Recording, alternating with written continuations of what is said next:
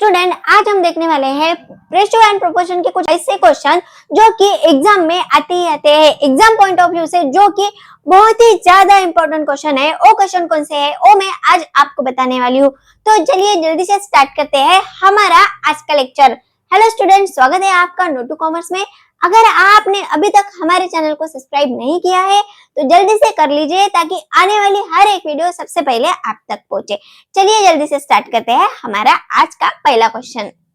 Student, मैंने आपको last lecture में बताया था, अगर आपको प्रोपोर्शन में अगर कहा गया है तो कैसे होता है। ए, बी, सी और डी, ये चारों आपको अगर प्रोपोर्शन में लिखने हैं तो कैसे लिखने हैं। आपको लिखना है A upon B is to C upon D.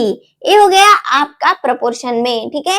इसके मैंने कुछ क्वेश्चन भी बताए थे आपको, जो कि मैंने लास्ट लेक्चर में करके भी दिखाया था एक क्वेश्चन, ठीक है।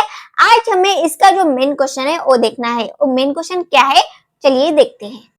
If 6, m, 24, 48 are in proportion, then m equal to how much। क्या है ये जो हमें 6 दिए गए हुए हैं, am दिया गया हुआ है, 24 दिया गया हुआ है, 48 दिए हैं, ये क्या है, प्रोपोर्शन में है। तो m की वैल्यू हमसे पूछी गई है। हमसे क्या पूछा गया है क्वेश्चन में, m की वैल्यू क्या है, ठीक है। यदि 6, m, 24, 28 संख्याएं समानुपात लास्ट के क्वेश्चन में हमें रेशो दिया गया था तो क्या था, अनुपात। अभी प्रोपोर्शन दिया गया है तो हमें क्या दिया गया है, समानुपात में है। तो m equals to how much, यानी कि m की वैल्यू हमें निकालनी है, ठीक है। तो m की वैल्यू कैसे निकालते हैं, प्रोपोर्शन में है इसलिए हम a upon b is to c upon d ऐसा लिखने वाले हैं, ठीक है। तो हमें क्या लिखना है, a है हमारा 6, b है हमारा m इज टू 24 है हमारा C और 48 है हमारा D। अगर आपने ठीक ऐसे ही ये सब कुछ लिख लिया है, अभी आपको क्या करना है, इसका कर देना है आपको क्रॉस मल्टीप्लिकेशन। क्रॉस मल्टीप्लिकेशन करने के लिए आप क्या करोगे, 24m इक्वल टू 6 into 48, इतना हो गया। अभी हमें निकालनी क्या है, हमें निकालनी है m की value. m equal to 6 into 48, ये जो यहाँ के 24 है यहाँ पे नीचे चले जाते हैं, ठीक है। यहाँ पे लिखेंगे हम 24 2 जा 48, 24 2 जा 48 और 6 को अगर हमने 2 से मल्टीप्लाई किया तो आ जाता है 12। m इक्वल्स टू कितना आया हमारा, 12। अभी इसकी इजी ट्रिक क्या है, तो इसकी इजी ट्रिक ये है, अगर आपने यहाँ पे नंबर देखे होंगे तो आपका ध्यान गया होगा कि 24 के डबल 48 है, 6 दिया गया है, फिर है हमारा क्वेश्चन मार्क। क्वेश्चन ऐसा है, 6 है, फिर एक क्वेश्चन मार्क, फिर 24 है और 48 है।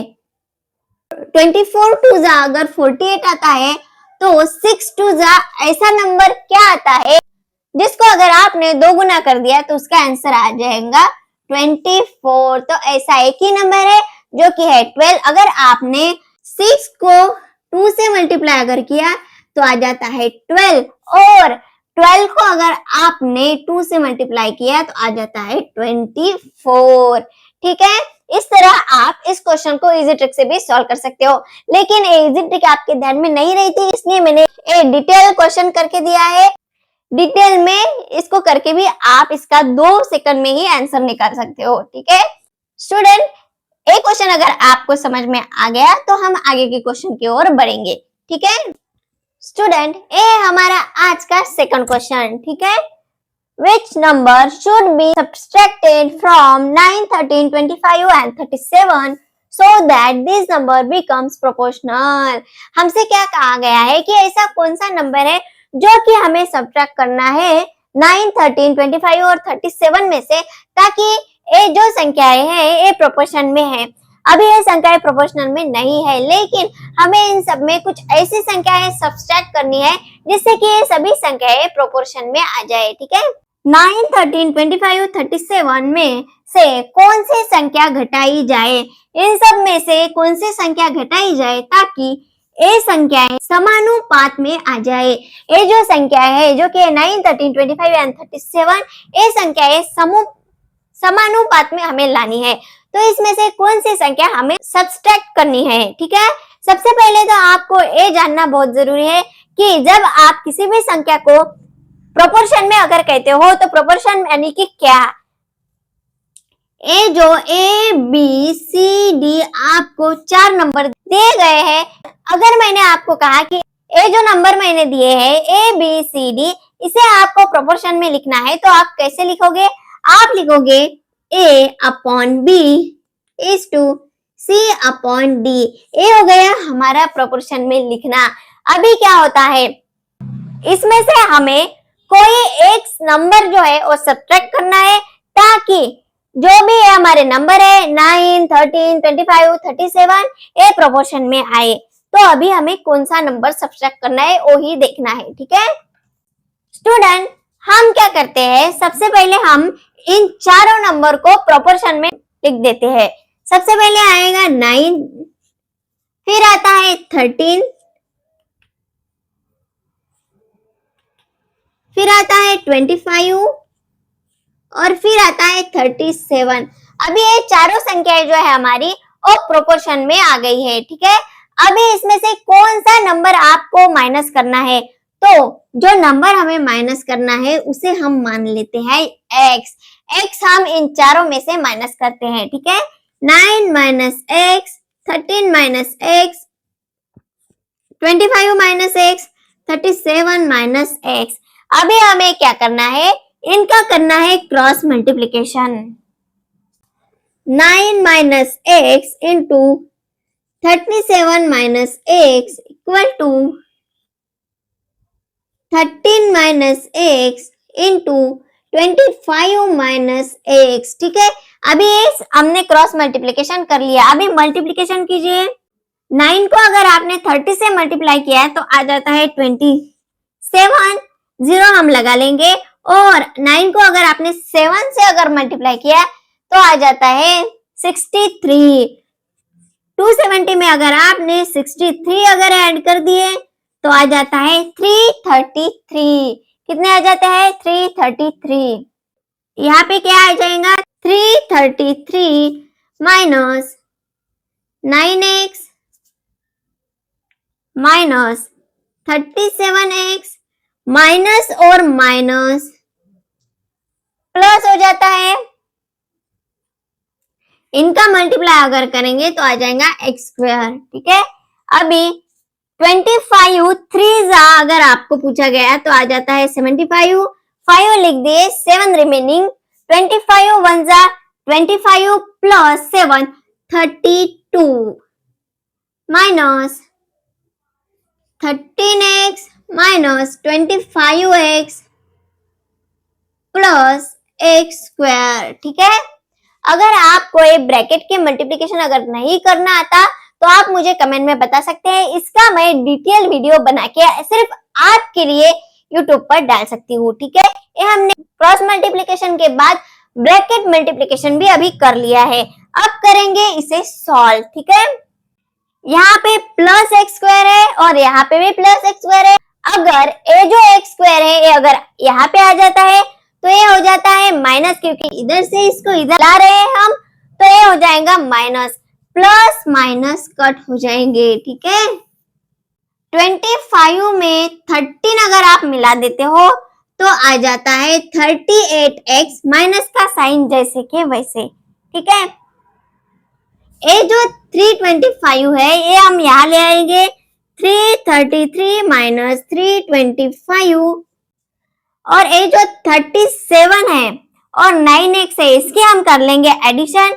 इसके अगर आपने एडिशन कर ली तो आ जाता है 46x जो कि माइनस में आएगा और आप यहाँ पे प्लस लिख लेंगे 48x। इनकी एडिशन यहाँ पे माइनस में आई 46x जो कि हमने यहाँ पे लिख दी प्लस लिख के, ठीक है।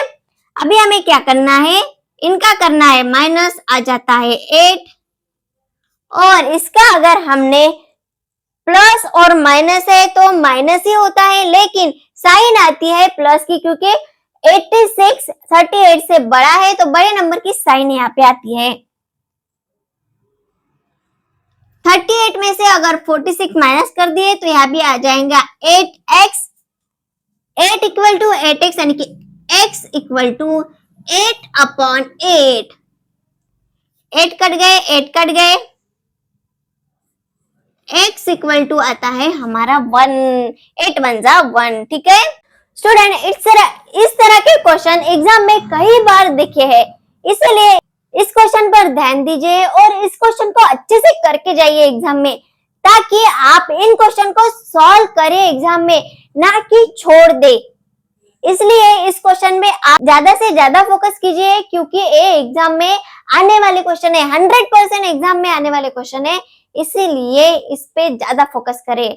ठीक है, अगर ये क्वेश्चन आपको समझ में आ गया हो तो मैं नेक्स्ट क्वेश्चन लेती हूँ। स्टूडेंट, ये है हमारा आज के लेक्चर का लास्ट क्वेश्चन, जो कि बहुत ही आईएमपी है। इसे हमें रेशो में निकालना है, एक का रेशो दूसरे का रेशो तीसरे से हमें दिया गया है, और इसका परफेक्ट रेशो हमें कैलकुलेट करने के लिए कहा गया है। ठीक है, चलिए क्वेश्चन देखते हैं। The ratio of salaries of Nitin and Praveen, हमें नितिन की और प्रवीण की जो सैलरी का रेशो है वो दिया गया है, is 5:7, and the ratio of salaries of Praveen and Prakash, और प्रवीण और प्रकाश जो है उनकी भी सैलरी का रेशो हमें दिया गया है, जो कि है 3:2। Find the ratio of salaries of Prakash and Nitin, Praveen की सैलरी का रेशो हमें 2 बार दिया गया है, और नितिन की जो सैलरी है उसका और प्रकाश का रेशो हमें निकालने के लिए कहा गया है। ठीक है, नितिन और प्रवीण के वेतन का अनुपात, नितिन के और प्रवीण के जो वेतन है उनका अनुपात है 5:7, तथा प्रवीण और प्रकाश के वेतन का अनुपात, प्रकाश जो है और प्रवीण जो है उनके जो वेतन है उनका अनुपात है 3:2। तो प्रकाश और नितिन के वेतन का अनुपात निकाले। हमें क्वेश्चन में प्रकाश और नितिन के वेतन का अनुपात निकालने के लिए कहा गया है। ठीक है, सबसे पहले तो हमें दिया गया है नितिन और प्रवीण जो है हमारा, उसका दिया गया है हमें 5:7, और फिर प्रवीण और प्रकाश का दिया गया है, प्रवीण का कितना है 3, और प्रकाश का कितना है 2। अभी इसे हम पहले रेशो में लिख लेते हैं। ठीक है, 5/7, 3/2। अभी इसे अगर आपको प्रोपोर्शन में अगर लाना है तो आपको क्या करना पड़ता है, ए जो नंबर है, यानी कि ए क्या है, ए है प्रवीण, और यहाँ पे ए जो आया है ए है प्रवीण, तो ए जो प्रवीण का रेशो है ए पहले आपको सेम लाना होता है। ठीक है, अभी इसे सेम कैसे लाया जाए, तो अगर आपने यहाँ पे 7 को अगर 3 से मल्टीप्लाई कर दिया और 3 को अगर आपने 7 से मल्टीप्लाई कर दिया तो 7 3 जा 21 आते हैं और 3 7 जा 21 आते हैं, यानी कि हो गए प्रवीण का जो वेतन है उसका जो रेशो है वो सेम आता है। ठीक है, होता क्या है, आपने अगर नीचे 3 से मल्टीप्लाई किया है तो आपको ऊपर भी 3 से मल्टीप्लाई करना पड़ता है, और अगर आपने ऊपर अगर 7 से मल्टीप्लाई किया है नीचे भी आपको 7 से मल्टीप्लाई करना पड़ता है। ठीक है, इतना समझ गया। अभी इसके आगे देखते हैं, मल्टीप्लाई कीजिए, 5 3 जा 15, 7 3 जा 21, 3 7 जा 21, 2 7 जा 14। ठीक है, अभी हम क्या कहा गया है, हमें कहा गया है प्रकाश का और नितिन का जो रेशो है वो हमें निकालने के लिए कहा गया है। ए जो है ए तो है हमारा प्रवीण का रेशो, क्योंकि क्वेश्चन में प्रवीण के रेशो जो है वो 2 बार दिए गए हैं, इसलिए ए जो है वो प्रवीण का रेशो आ जाता है, और 15 हो जाता है नितिन का रेशो, और आखिर में आ जाता है प्रकाश का रेशो। ए जो 15 है ए है नितिन, और ए जो 14 है ए आ जाता है हमारा प्रकाश। इस तरह आप इन सब के रेशो निकाल सकते हो। ठीक है स्टूडेंट, अगर आपने अभी तक हमारे चैनल को सब्सक्राइब नहीं किया है तो जल्दी से कर लीजिए ताकि आने वाली हर एक नई ट्रिक सबसे पहले आप तक पहुंचे। स्टूडेंट, अगर आज के लेक्चर में आपको कोई भी क्वेश्चन समझ नहीं आता है या फिर किसी भी क्वेश्चन में कुछ प्रॉब्लम हो रहा है तो आप मुझे कमेंट में बता सकते हो, और अगला लेक्चर आपको किस चैप्टर पे चाहिए ये भी आप मुझे कमेंट में बता सकते हो। ठीक है स्टूडेंट, आज के लिए इतना ही, मिलते हैं हमारे नेक्स्ट लेक्चर में। Thank you.